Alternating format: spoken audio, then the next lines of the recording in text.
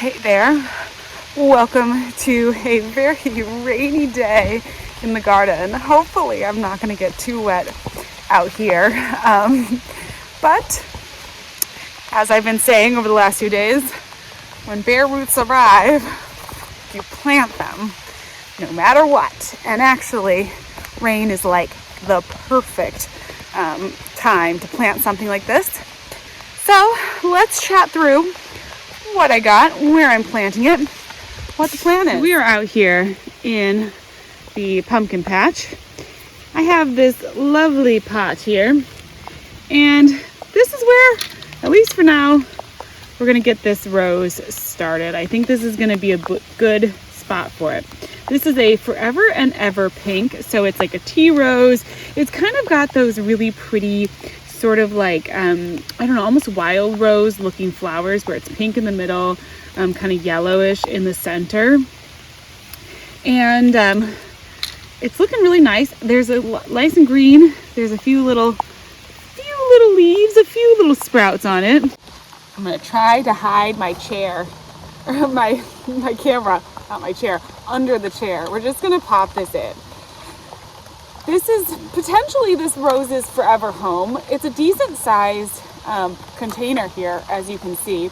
Although I may go ahead and plant it out, but honestly, one of the issues I am coming to, just gonna pop this in here and plant all the way up to the line of the roots, is that the deer are really aggressive.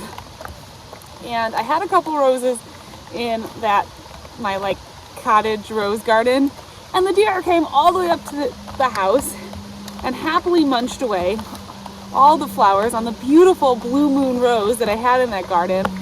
And I'm just like, honestly, getting kind of sick of fighting that battle. So I was gonna plant this rose in that garden. It was gonna be like my third rose for the rose garden. And I just decided, you know what, no. Let's put it in here where it is under the protection of the deer fence and hopefully won't get eaten. Getting this camera so wet, I gotta bring it inside. But here we go. Got this nicely put in here. Nothing much, just make sure I didn't do it too high. And it's a great day to plant this because obviously it is going to get watered in very well. That is key with bare roots. All right, I am inside now. Turn some lights on. Oh my gosh, I'm glad I got that rose in the ground. We've got a few more days of rain, and so I'm trying to decide. I really am done planting for like a minute, but it's funny because I say that, but then of course the cats have to come. Of course, they have to come say hi. Say hi to everybody. I know, you have to be involved. I say that now, but of course, starting in July, I need to start my fall crops inside. So it's not like we're completely done. You know, it's really not like there's like a season when we're just like done with planting. Although I'm probably gonna kind of stop direct sowing here for a minute. I may plant out, as soon as I get to that point though, where I'm like, I'm done sowing, I may plant out some pole beans. Hopefully in the next couple weeks, I'll get some vertical growing systems, start staking the tomatoes and everything, if this nice rain helps them grow and really gets to that point. And so I spent part of my day today looking through all my seeds, trying to find some seeds for some pole beans. So I planted out quite a few bush beans. I've got some French fillet bush beans. I believe I planted out another kind of bush bean. The name is escaping me at the moment. I also have like dried beans. So I did some pinto beans this year and some black beans. But all of those are bush varieties. So basically they're gonna grow up and create their harvest. You know, they're gonna all grow up, flower, produce their fruit, create the harvest. I'll harvest them and then they'll be done. I'll pull them out and I'll have to think of, you know, whatever I want to put in those spaces after them. But when I was watching a video earlier this week of another creator, and they were talking about how pole beans are a continuous harvest. So when you plant the pole beans, then as long as they have support, they just keep growing. And it's kind of like an indeterminate tomato where they just keep going and they just keep producing beans. We love green beans in this house. It's one of my favorite foods actually are green beans. And so we eat a lot of them for like sides and such. I don't know if I have space left to plant enough pole beans that we could be getting like enough to harvest, once a week for a side. I'll have to see how many plants I can fit in and where I can actually put up some kind of support for them to grow. But I did find my pole bean seeds. So I have this pack. These are just Blue Lake pole beans. I got them from MIgardener, one of my favorite seed companies. This is like one of the most classic pole bean varieties, I believe. I don't know a ton about pole beans, but I do know that this is a very classic variety. I will move these are my garden plans. I'm always kind of sketching out my garden plans. So this is a highly esteemed heirloom variety, producing long, slender, stringless pods that reach up to 6 to 8 inches. They're tender and crisp, ideal for fresh eating, canning, and freezing. They require support, but they offer continuous harvest throughout the season. Renowned for their productivity, disease-resistant, superior taste, they are a favorite among home gardeners and commercial growers. I don't know why it didn't occur to me that pole beans would be a continuous harvest. It's funny how like these things hit you, these realizations, and all of a sudden it's like, oh, yeah, I could have green beans all season long. And that's really what I want. Like I want to go out in the garden. I want to pick some tomatoes. I want to pick some peppers. I want to pick some cucumbers. I want to pick some green beans. I think it's probably just because I've never had enough space to really like devote to pole beans. I mean, I've always grown a lot in containers and small gardens, and come to think of it, there was nothing stopping me from putting up a support of some kind and planting some pole beans. I don't know why I never did it. I truly don't know. But I've had this seed packet. When did I buy these? Actually, I think I got them for this year. Oh, good. I was like, my winter self was thinking ahead. I got these for whatever reason. And yeah, I'm going to plant some of them. So I don't know if I'm going to go out. We still have a tiny bit of daylight left out there, but it is pouring rain. I was trying to get a couple other things done after I planted the rose, and it was just like pouring rain. But if I can find a little spot, maybe we'll just go out in the rain. There's 25 seeds in here. I'm sure if I got all 25 in the ground that I could have a decent green bean harvest throughout the summer. Should we do it? Should we just go out in the rain? Okay. I'm going to head back out there. Hopefully not get too wet. Let's plant the pole beans because I would love for them to have a jump start on getting going. The question is, do I want to take all 25 beans out there with me? You know what? Why not? I'm just going to go do this. All right. Wish us luck. Let's see.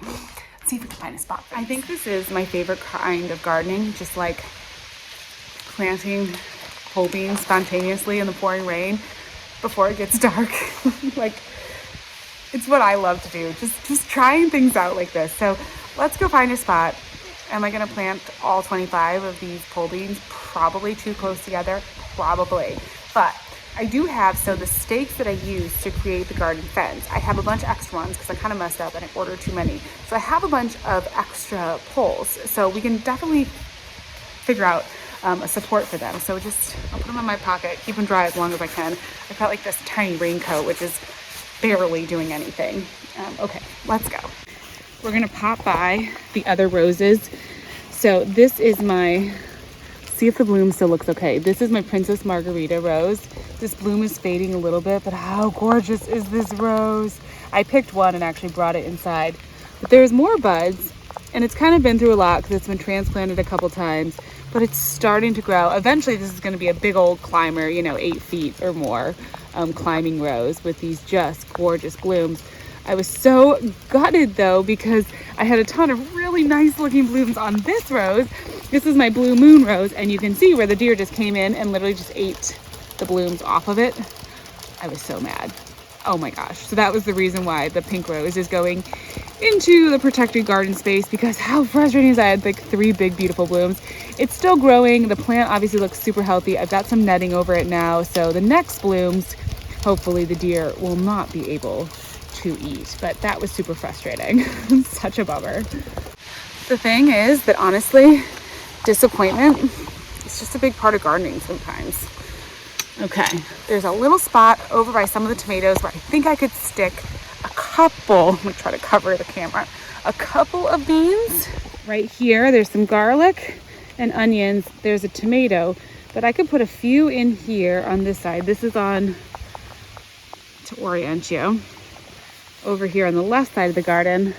And then I'll see, they're gonna grow up. So they're gonna be tall and long. So I could probably stick, I'm running out of space. I'm running out of space. Oh, I've got flowers planted in here. This is my other bed where I've got a ton of beans. These are the other bush beans that I have. What variety was that? Let's see, I actually did a plant tag for this. Golden Rush. So that's gonna be like a golden bush bean. No room. No real room in this bed. We've got sunflowers. Although maybe I could put a couple between the squash and then just grow them up a pole. All right, we're gonna stick these in. I'm just gonna try to pour some. Try to film. Here they are, 25 beans. All right, let's put a couple here.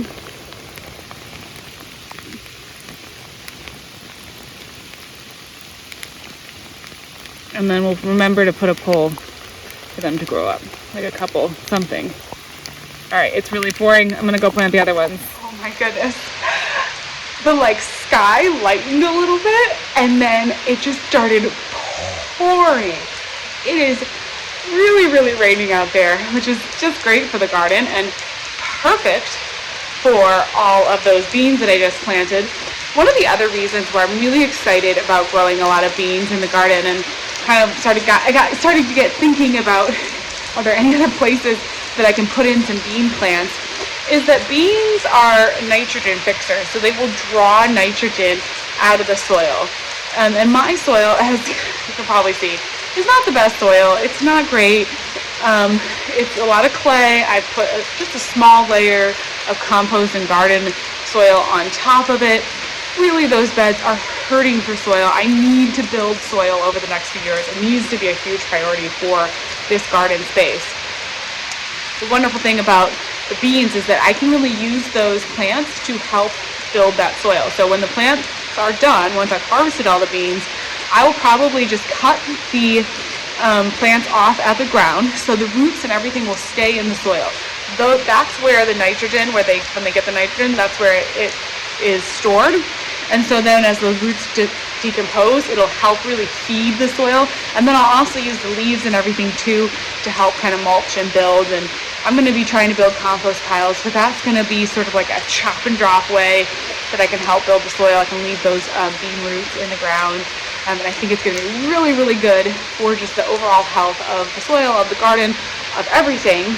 It's going to be a good thing. So it's kind of a win-win. It's one of my favorite foods. And as the season goes, they're a short season crop. So especially like the bush beans, they only take like 60 days to mature. So I may do a second round of beans in some of those spaces once the first round of bush beans goes, just because I know we'll eat the beans, and two, it's just going to be a good plant for me to have in the soil, especially at this point in my garden's life where we need nitrogen, we need everything, we need help. So yeah, that's kind of exciting. Got that in before it started pouring. Look at that rain on the driveway. Lots and lots of good rain. I'm glad that at least this week I got out with some fertilizer and did some water soluble fertilizer on all the plants, and I'm glad I did that too, because again, my soil is just so depleted, and the rain is wonderful, but it does kind of wash a lot of the nutrients out. So anyways, there we are. Thank you so much for spending a little bit of a wild and rainy evening in the garden with me. I hope you are getting some good garden weather, getting out there, and I will talk to you again soon. Bye.